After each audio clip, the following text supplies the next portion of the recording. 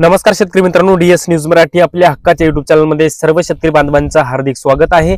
तर शेतकरी मित्रांनो, आपण या व्हिडिओच्या माध्यमातून नमो शेतकरी योजना आणि पीएम किसान योजना या दोन्ही योजनेच्या पुढील हप्त्या संदर्भात, याचबरोबर नमो शेतकरी आणि पीएम किसान या दोन्ही योजनेच्या ज्या काही प्रॉब्लेम्स आहेत, ज्या काही अडचणी आहेत, ज्या काही शेतकऱ्यांचे प्रश्न आहेत, ते प्रश्न म्हणजे पुढील हप्त्यासाठी कोणते शेतकरी पात्र आहेत, कोणते शेतकरी अपात्र आहेत, पुढील हप्ता कधी येणार, याचबरोबर नमो शेतकरी आणि पीएम किसान हे दोन्ही हप्ते एकत्र येणार का, याचबरोबर डीबीटी इनेबल झाला आहे का, डीबीटी म्हणजे काय, याचबरोबर या योजनेच्या निकषामध्ये काही बदल झाले आहेत का, या निकषात बदल झाल्यामुळे कोणते शेतकरी अपात्र झालेले आहेत का, कोणते शेतकरी पात्र राहिलेत, या संपूर्ण प्रश्नाची उत्तरं आपण या व्हिडिओच्या माध्यमातून घेणार आहोत। याचबरोबर पुढील हप्ता कधी येऊ शकतो याची ही माहिती आपण घेण्याचा प्रयत्न करणार आहोत। तर नमस्कार, मी ज्ञानेश्वर सवंडकर स्वागत करतो डीएस न्यूज मराठी आपल्या हक्काच्या युट्यूब चॅनलमध्ये। सर्व शेतकरी बांधवांना एक महत्त्वाची विनंती आहे, चॅनलवर जर नवीन असाल तर चॅनलला नक्की सबस्क्राईब करा, जेणेकरून असेच शेती संबंधित नवनवीन व्हिडिओ तुम्हाला आमचे सर्वप्रथम पाहायला भेटतील। तर शेतकरी मित्रांनो,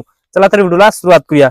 तर शेतकरी मित्रांनो, सर्वप्रथम आपण या योजनेच्या निकषामध्ये काही बदल झाले आहेत का या प्रश्नाचं उत्तर घेण्याचा प्रयत्न करणार आहोत। तर राज्य सरकारच्या माध्यमातून आणि केंद्र सरकारच्या माध्यमातून पीएम किसान आणि नमो शेतकरी योजना या दोन्ही योजनेच्या माध्यमातून वार्षिक शेतकऱ्यांना 12,000 रुपये भेटतात, परंतु या योजनेच्या निकषामध्ये कोणतेही बदल झालेले नाहीत। जसे सुरुवातीला बदल होते त्याच पद्धतीने या आताही बदल तेवढेच आहेत, कोणताही नवीन बदल झालेला नाही।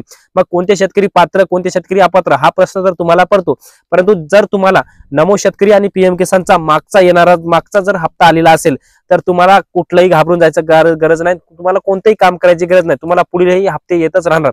परंतु जे शेतकरी आहेत परंतु ते सरकारी नोकरदार आहेत, यांचे मात्र पीएम किसान आणि नमो शेतकरीचे पैसे बंद झालेले आहेत किंवा झाले नसतील तर होणार आहेत, किंवा जे आतापर्यंत पैसे भेटले त्यांचे परत शासन घेऊ शकते। याचबरोबर या योजनेच्या निकषामध्ये काही बदल झालेत का, तर हो, निकषामध्ये काही बदल झालेत।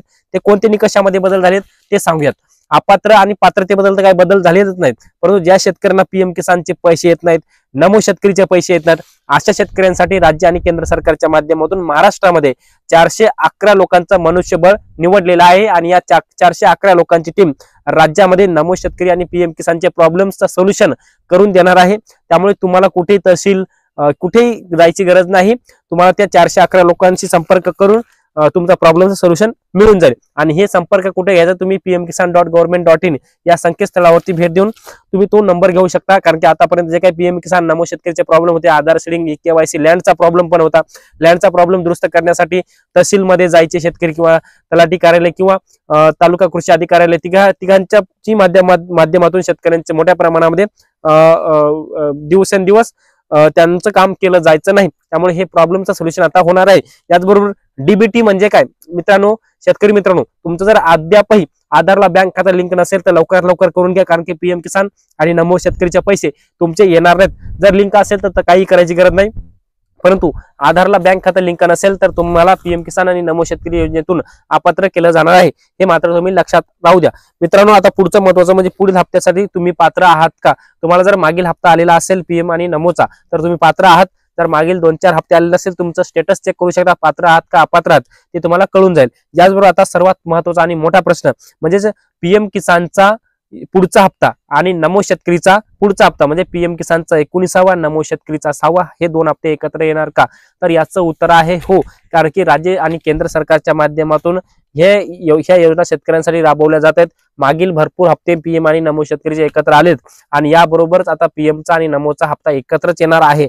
आता तो कोणत्या तारखेला येणार हा शेतकऱ्यांचा प्रश्न आहे। आता तो कोणत्या तारखेला येणार हे मी सांगू शकत नाही, कारण की अद्यापर्यंत शासनाच्या माध्यमातून तारीख जाहीर केली नाही, परंतु अंदाजे तारीख सांगू शकतो। अशा पद्धतीची माहिती मी अंदाजे सांगू शकतो, 20 फेब्रुवारी ते 25 फेब्रुवारी 2025 दरम्यान हा हप्ता पुढचा येऊ शकतो, अशा पद्धतीचं अपडेट आहे। आता याच्या व्यतिरिक्त शेतकरी मित्रांनो, तुमचे काही प्रश्न असतील तर कमेंट्स मध्ये कळवा, तुमच्या कमेंट्सचे उत्तर मी नक्की देण्याचा प्रयत्न करेल। या व्हिडिओसह मी तुर्तास थांबतो, तोपर्यंत आपल्या सर्वांचे मनापासून धन्यवाद।